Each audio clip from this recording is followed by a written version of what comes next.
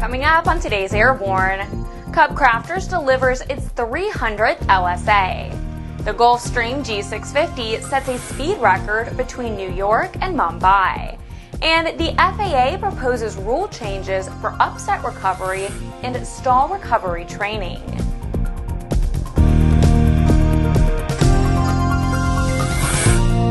Welcome to Airborne on Aero-TV. I'm Ashley Hale. Cub-like planes are popping up all over, and you can blame a lot of it on CubCrafters. They've now delivered their 300th LSA Cub. CubCrafters Light Sport family includes the Carbon Cub SS and the Sport Cub S2 LSA models. CubCrafters' continued sales growth has stretched the company's manufacturing facilities to the limit. Until now, all manufacturing and assembly has taken place in the company's 3 buildings totaling 40,000 square feet. But they're running out of room. Accordingly, the company has purchased a 23-acre parcel adjacent to McAllister Airport in Yakima and broken ground on a new composites fabrication shop. Jim Richmond, founder and CEO of CubCrafters, said, quote, "The expansion will allow us to devote more space to composites parts and kits, thereby affording an overall increase in production.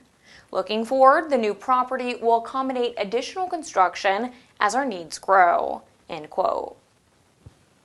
Just in case you need to get to Mumbai, India in a hurry, check out the Gulfstream G650 corporate jet. Gulfstream's G650 recently set another city pair record, this time between White Plains, New York and Mumbai, India. Jason Akavenko, Regional Vice President for Gulfstream Asia Pacific Sales, said, quote, "This aircraft continues to dominate business aviation. The speed and range of the G650 are just 2 of the many reasons why this aircraft is in such high demand." End quote.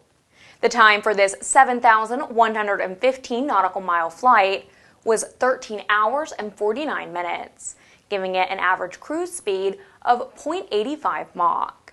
Pending approval by the U.S. National Aeronautic Association, the record will be sent to the Fédération Aéronautique Internationale for recognition as a world record.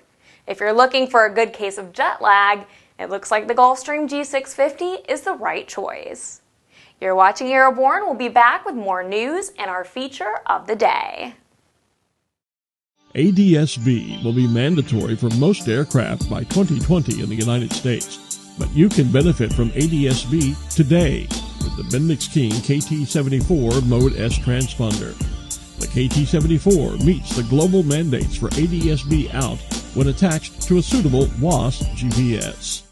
Rebuilding the sport aviation world one aviator at a time. That's ANN's new Aero Sports ebook series, your resource guide to the ultimate in aviation adventures. Aero Sport will feature the straight skinny on learning and enjoying 16 unique aviation sports, from ultralights and ballooning to aerobatics, gyroplanes and hang gliders to parachuting, home builds and general aviation to RC models. All this and more will be coming soon with the new updatable Aero Sport guide for your favorite electronic devices. Get your advance order in now at www.aero-sport.net. Welcome back. If you have a story suggestion for Airborne, Aero-TV, our website, or podcast, send an email to news-by@aero-news.net.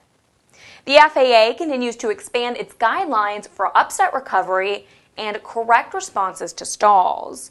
A Notice of Proposed Rulemaking has been published in the Federal Register for the creation of Advisory Circulars 120 UPRT and 120-10-9A to address these issues. The primary goal of the proposed Advisory Circular 120 UPRT is to provide recommended practices and guidance for academic and flight simulation training for pilots to prevent developing upset conditions and ensure correct and consistent recovery responses to upsets. Proposed Advisory Circular 120-10-9A would provide guidance and best practices for training, testing, and checking for pilots to ensure correct responses to impending and full stalls. Both advisory circulars were developed based on a review of recommended practices developed by major airplane manufacturers labor organizations, air carriers, training organizations, simulator manufacturers, and industry representative organizations. The agency will consider all comments regarding the NPRM if received by May 12th of this year. Sometimes it's fun to look back and enjoy some of the places we've seen, the flyers we've met, and the planes we've flown here at Aero-TV. Here's a look at one of our favorite Aero-TV classic episodes. I love my work. I just love my work. Sit down with Sean D. Tucker and listen to him talk about his career as an air show pilot. And while you're at it, enjoy watching him perform. Search Performing Above It All on Aero-TV's news channel. The first F35 Lightning II fighter arrived at its new home at Luke Air Force Base in Glendale, Arizona on March 10th. The Lightning II was being delivered from the Lockheed Martin factory in Fort Worth, Texas, and was ceremonially escorted to its new home by two F-16 Fighting Falcon fighters. This aircraft is the first of 144 that will eventually be assigned to Luke. Approximately 16 U.S. F-35s are expected to be based at Luke by the end of this year, and the full contingent of aircraft should arrive incrementally over the next decade. Colonel John Hanna, the 56th Operations Group commander, said, quote, "This is a day that has been a long time coming. It's the result of many years of hard work by countless people in the military and in the community." End quote. Airborne's brought to you by some of the best sponsors in the aviation business. We'll be right back with more news.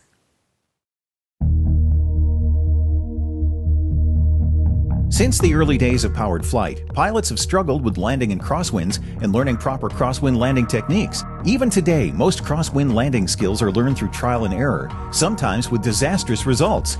Believe it or not, the most common contributing factor in weather-related accidents each year is crosswinds. The second most common factor is wind gusts.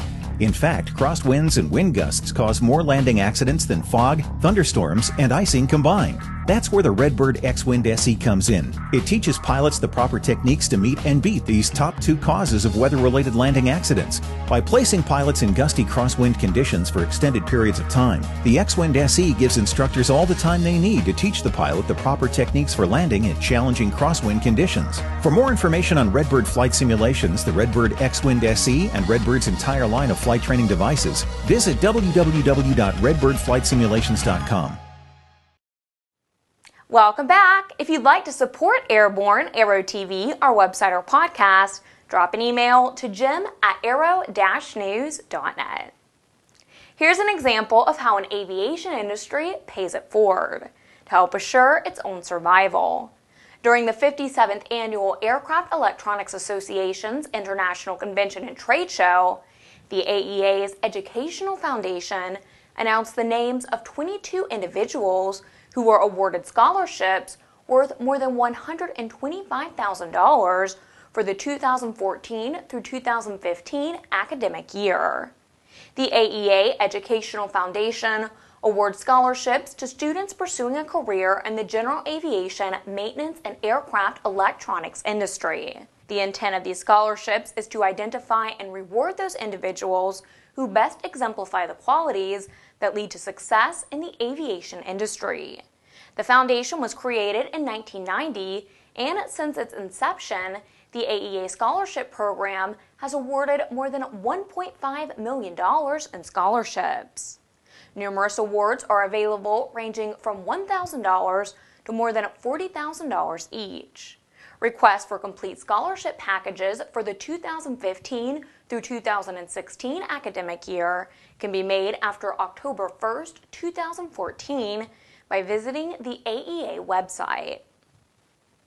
The FAA does not regulate a minimum age for skydiving, but the United States Parachute Association does publish association rules for individual members and commercial member parachute operations. The USPA rules now state that their member skydive operators must apply a minimum age for solo and tandem skydiving jumps of 18 years old. The USPA is the largest skydive association in the United States and it plays a key role in promoting and maintaining safety in the sport of skydiving. Their new standing on the minimum age is in line with skydiving equipment manufacturers that also limit use of their equipment to a minimum age of 18 years old. The new USPA rule goes into effect on May 1st of this year. Well, that's our program. Get comprehensive, real-time, 24/7 coverage of the latest aviation and aerospace stories anytime at aero-news.net. Please remember, Airborne is streamed 3 times a week and is always online. Join us every Monday, Wednesday, and Friday for a new edition of Airborne. I'm Ashley Hale. Thanks for watching.